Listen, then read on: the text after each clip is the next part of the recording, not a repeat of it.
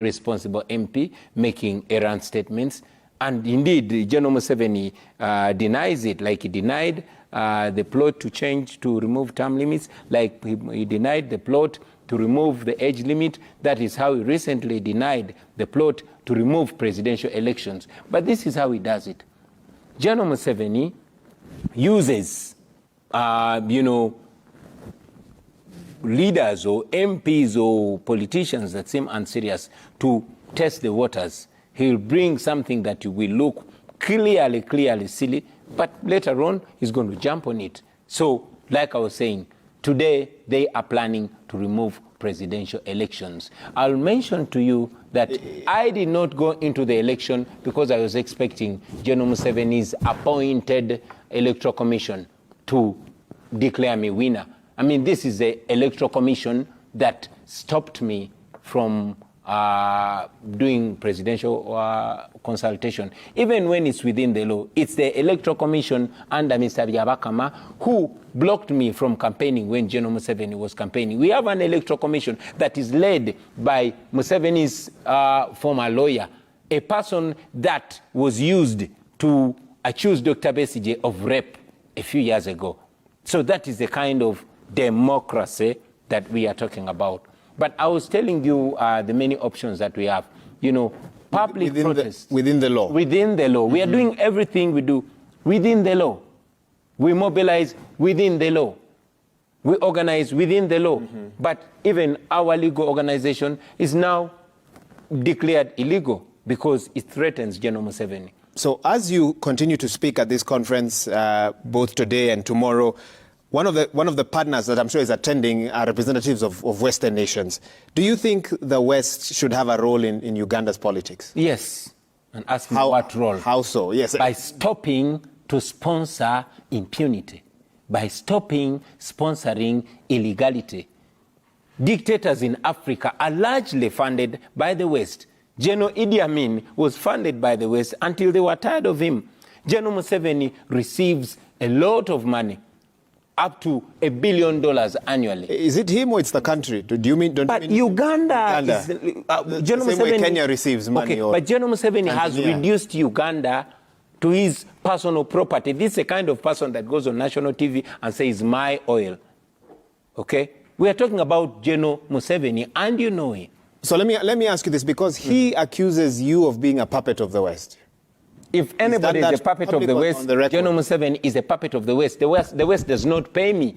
The West pays General Museveni. The West protects General Museveni. The West turns a blind eye on the illegalities of General Museveni. When Bashir did what General Museveni is doing, he was sanctioned. When Mugabe did to the people of Zimbabwe what General Museveni is doing, he was sanctioned. When all other dictators, the Saddam Hussein, etc., did what Museveni is doing, they were sanctioned. Why is Museveni not sanctioned? We attempted to believe that, he is an agent of neocolonialism in Uganda. Today, we are being colonized by fellow black people. You meet ambassadors, you meet high-ranking leaders as you go around the world. Yes, you pass these complaints. I tell them that straight. What do they tell you? What do they respond? What do they tell you in response? Well, I might not say everything that they say to me, because some of them actually, off camera, they will agree with me. And others that are so embarrassed of what they are doing say we'll look into it, which clearly means we're not going to do anything about it. You've spoken about something you see in Uganda where a statement is made publicly by a leader, it's disowned by many, but later on things begin to unfold. And on the 8th of November, you tweeted, "Dear Kenyans, be vigilant. This may come as a lone MP making a ridiculous suggestion, but this is how it starts. That's how schemes to remove term and age limits begin. Defend your constitution before it's too weak to defend you." Yeah. You saw that statement. For you, what did you feel as you read what was a discussion in Kenya? When I saw that, I saw Musevenism making inroads into Kenya. And that should scare you. Any sign of Musevenism is a dangerous sign. And I'll tell you, I respect Kenya. I don't intend to meddle into the issues of Kenya. But we are one and the same. These borders were drawn by colonialists. Our father, Kwame Nkrumah, told us that the liberation of Africa can only be real if we are all free. No country is free when their neighbors or when their brothers and sisters across the borders are not free. Dictatorships are the easiest things to export. I was concerned when General Museveni was referred to as, father of the region, but, yeah, we can respect age, but General Museveni he is respected by many for restoring peace, order in Uganda after the chaotic period, economic growth. Those people that look at General Museveni, there are those who see that as his enduring legacy. Well, everybody looks at it from their point of view. Some people look at it from a beneficial point of view. I am a Ugandan, and I'm speaking on behalf of the majority of Ugandans because we went to the polls and they gave me their mandate. But I'm also speaking from the point of common sense because you know that when it starts like that, you certainly see where it's ending. So the reason why we go to school, and I'll quote Dr. Besigye, is to learn from the experiences of others. If you Kenyans cannot learn from the experiences of Ugandans, then it will be unfortunate for you to learn from your own experiences. In a nutshell, I told you to guard your constitution before it is too weak. To guard you, constitutions are supposed to be bigger than leaders, bigger than presidents. You have had the privilege of watching one leader peacefully hand over power to another leader. You don't want to lose that. You want leaders to be held accountable, for leaders to constantly be reminded that their term is going to expire and they will go off the presidency and others will come into power. And they should be reminded that they will be held accountable for the things they do while in power. You must not lose that, my brothers and sisters. When do you think a transition like that will happen in Uganda? How soon? Where one president hands over to another, which I believe is something that has not been seen. That is something that my grandparents longed for. And then my parents longed for it. And now I'm longing for it. General Museveni took power when I was 4 years. I'm now 40. Uganda has been independent for 60 years. General Museveni has taken 36 years of that and still counting. So for me to be on this TV and tell you that on such and such a date is when we're going to have a peaceful transfer of power, I would be lying to you. We still have to struggle to ensure that power leaves an individual's hand and goes back to the institution of state. The institutions are the ones that are going to be bigger than human greed. What was your assessment of Kenya's election? You were here as an observer with Dr. Kizza Besigye and others a couple of days. I believe you landed here a couple of days before August 9th, and I don't know how long you stayed after that. What was your general assessment of our democracy here? Wow, what can I say? I was astonished. I go to the airport, the election was tomorrow, the internet was still on, and it continued to be on even through the election. I did not see people being abducted or the military everywhere. I did not see, the opponents of the incumbent under house arrest. It was astonishing. And I'm not saying Kenya's democracy is perfect, but I said it earlier on that as imperfect as your democracy is, you are certainly where we envy. But again, democracy is always just a step away from extinction. So you must guard it jealously. A couple of years back, you made a radical decision to, and you said in your 30s, because you're now 40, your average Friday would have been you partying and, entertaining Ugandans and the world.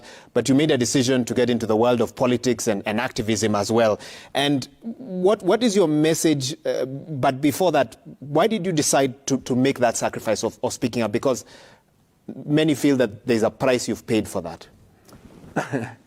I don't know if I will be understood if I say I didn't make that decision. The decision made me.